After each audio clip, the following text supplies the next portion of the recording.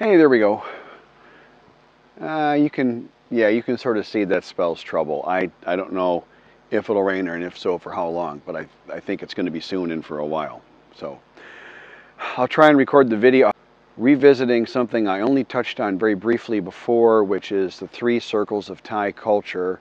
And then there's a general, and this was taught to me by another experienced expat, a guy that was quite sharp and was right about a lot of things, kind of in hindsight after he said them. And he's got credibility with you because I really don't like the guy.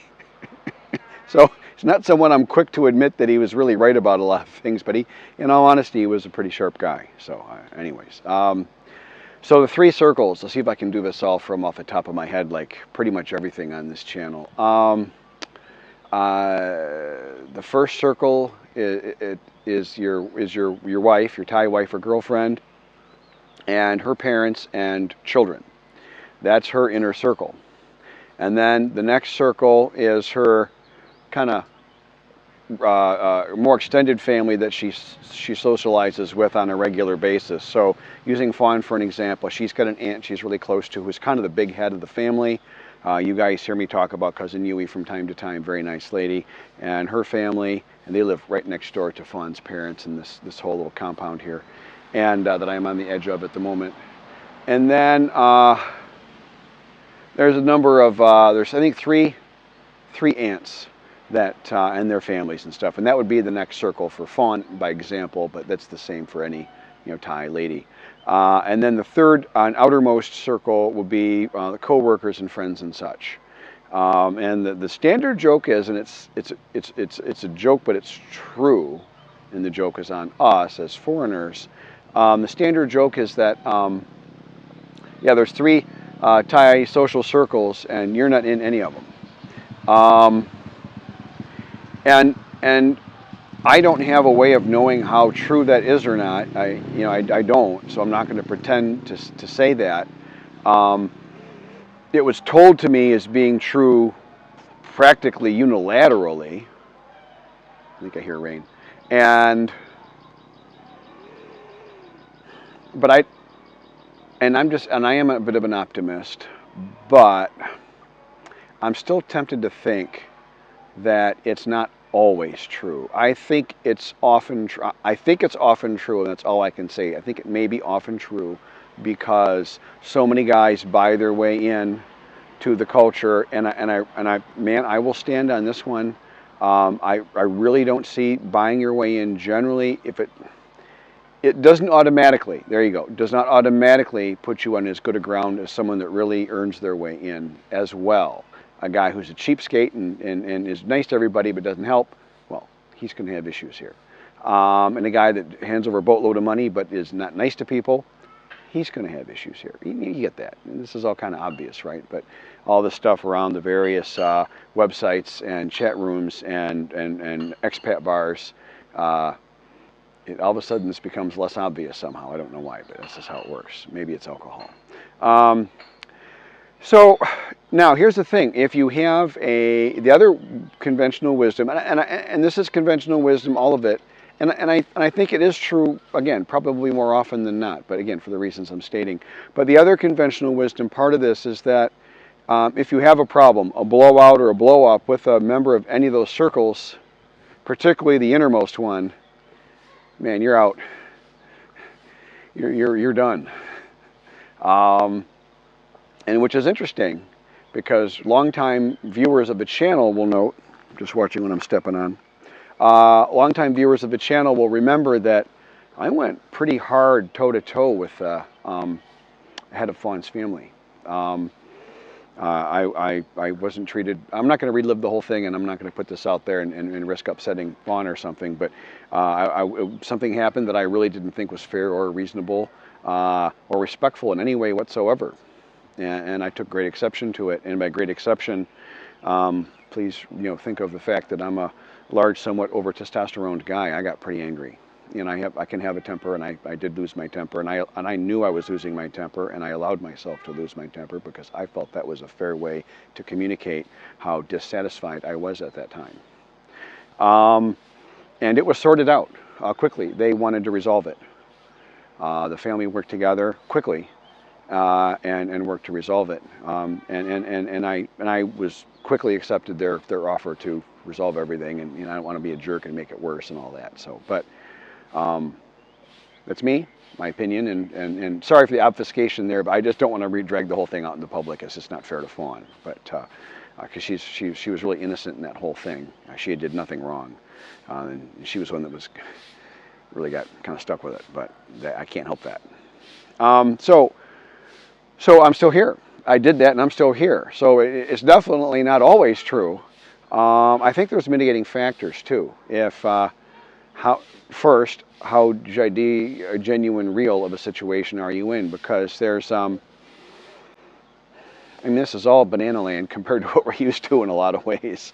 But no, you know, do they care for you and think you're good long term for the family? Are you providing, okay, money, sure, but are you also providing, you know, and money? A better way to say it is security for everybody, you know. So, but money's a part of that. You know, are you helping with, you know, education? Are you providing some saving face for the family, for the lady, for your lady, if she's got kids? Separate issue, which we'll address shortly. And then other members of the family. Are you kind of helping your lady and maybe others save face? There's a way to say it. And if your lady's got children, and or if she's getting around or over 40 or over 45 or over 50. The Thai dating culture is pretty rough for the ladies. It's great for the guys. It's as though the population were 70% female and 30% guys, and there's this guy shortage because it acts and walks. It obviously can't be true. I'm not saying it's true. I think I actually did go and look it up a couple times. I Googled it and looked at a few different sites, and they were all showing 51, 49 one way or the other. So yeah, I knew that, but it's so weird, and it was walking and quacking so much like a duck. I just had to make sure it wasn't really a duck, and it's not. But you would swear being here that there's this actual legitimate shortage of men, because the ladies seem to sometimes some really nice. Now I'm biased because I really care for a lot of Fawn's friends. They're very sweet ladies. They're very polite. I've met their parents, been to their homes. I get kind of the celebrity invite. The Fawn's got a friend right now that they're sort of next on the list a little bit, and they want to meet this foreign guy that you know isn't drunk every day and reads and exercises and diets, and you know they like that. They're digging that all day long. That goes a long way. And I'm dressed pretty like, huh? Okay, D, cup, cum, cup. Okay, but okay, da. Or wait a minute, yeah, da. A desire to participate in whatever was offered to you. I don't know if that's Thai or Thai Korat. It might be Thai Korat. Sounds like it. But anyways. So you get the idea. So the three circles of Thai culture, there's actually been some books written about this. It's kind of a known deal. So you can look it up, but it's your lady, the immediate family, the extended family, and then the friends and coworkers and all that. And a lot of their friends tend to be from work, which is the same thing in the States. To me, I feel like the Thais, in the rural Thailand anyways, they seem to socialize less than what I'm used to in the States. I'm a practical social butterfly, and don't use that word here. Butterfly is a really bad thing here. It's a guy that has a lot of ladies. He goes from one flower to the next, pollinating. So, and I forget the Thai word for butterfly. Forgive me, but it sounds nothing like butterfly. It wasn't super hard to pronounce though, but you should probably learn that word. Maybe I'll put it on the screen. Yeah, so I was taught this up at the three circles. It does seem to be generally true, and yet I do think that you can mitigate those circumstances quite a bit, because a lot of guys have talked about that. If they have a problem, they know they're out. Like it's a foregone conclusion. They know their goose is cooked if they go too far with some things. You know, in my case, you know, Fawn's almost 40. Gosh, and I don't mean to be it sounds like being a total dick. I mean, I'm practically 60, so you know. But you know, here in Thai culture, that's hard for her. And then we talked about that, and she agreed. She agreed. She goes, it's hard for her to date. You know, she's pretty, and so. But she's pretty in a way that I like. A lot of the Thai guys really want something a little different.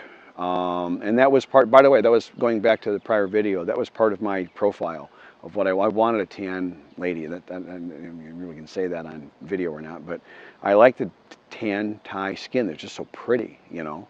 I love their black, real glossy, kind of silky hair, and the tan skin. It's so pretty.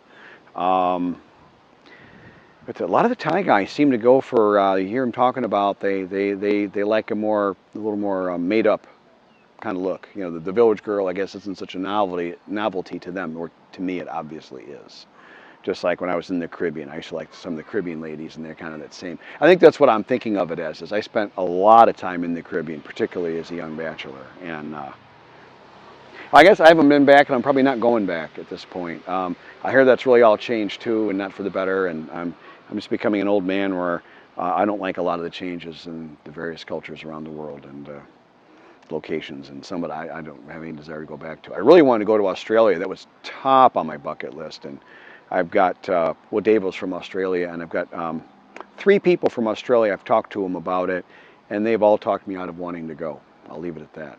I don't want to put words in anybody's mouth, but they paint a pretty unappealing picture. So I was just like, yeah, maybe we'll go at some point. And for Davo, it'd be kind of fun to go to see Davo's place and go do. That's different. That's like going on tour with Davo. That's different. But other than that, I don't think I'd go to Australia. So, anyways, but there's your thing on the 3 circles. Some mitigating circumstances, pretty obvious ones. You know, obviously if she's smoking hot and young and no kids, then you might be out in your butt. You know, you might look wrong at the mom and they might throw you out. You know, I don't know. So be careful.